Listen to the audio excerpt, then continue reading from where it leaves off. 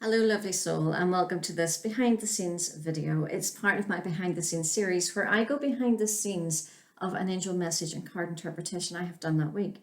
And I share with you why I have said what I've said. I let you into my mind and how I have felt around a card just to help you with your own interpretation of cards as well.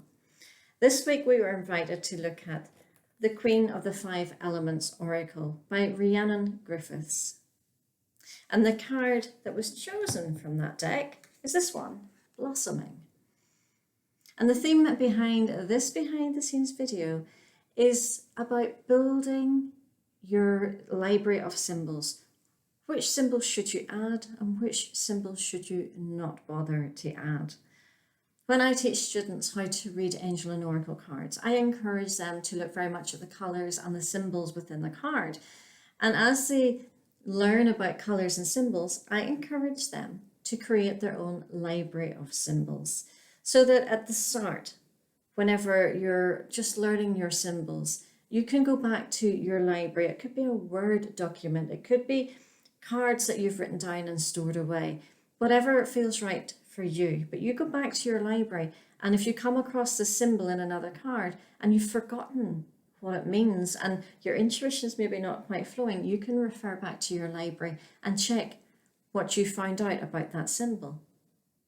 However, as you're going through your cards, should you add every single symbol that you find in your library? For example, whenever I was interpreting this card, my eye was drawn to the braided strands of hair belonging to the woman. Braided strands, braids. How often do you think you come across them on angel and oracle cards? Well, this is the first time I have come across it. So I hadn't a symbol created for braided hair, and I had to firstly sit down and think about it. What was my intuition saying to me about it? And then I researched symbolism behind braided hair and the history behind braided hair until I found a meaning that felt right for me, felt true to me, and worked well with what I had felt this card was about. But I'm not going to add that into my library of symbols because, like I said, I've come across it once. How often am I going to come across it again? It's not a common symbol that you find.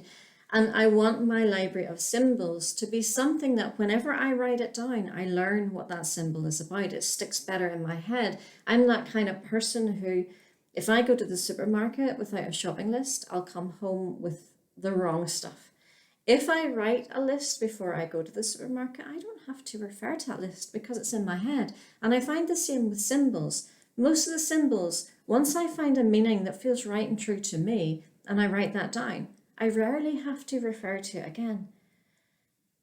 But if I write down the meaning of a symbol that is barely ever going to come up again, it's fine to do, it's fine to add into your library, but do you really want to fill your library with symbols that only appear once in your cards and that you probably never look at again? When it comes around the second time, your intuition will probably kick in and you'll be able to dive well back into your memory and remember what that symbol is about. So whenever it comes to building my library of symbols, my first stage is to only include the symbols that come up frequently in my cards.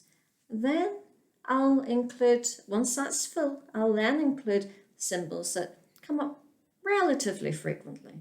But rarely will I include a symbol in my library that only appears in one card, or very rarely indeed, because I want to write it in my library, but I want to put it in my library in my head as well. And if I overfill my library of symbols, there'll be other symbols that I will forget that are more common than braided hair. So whilst it is fine to add all the symbols you wish into your library, personally, I choose to start with the ones that are really common, then the ones that appear most in my chosen deck, and then I will consider strongly, do I really want to include a symbol that just appears on the very rare occasion?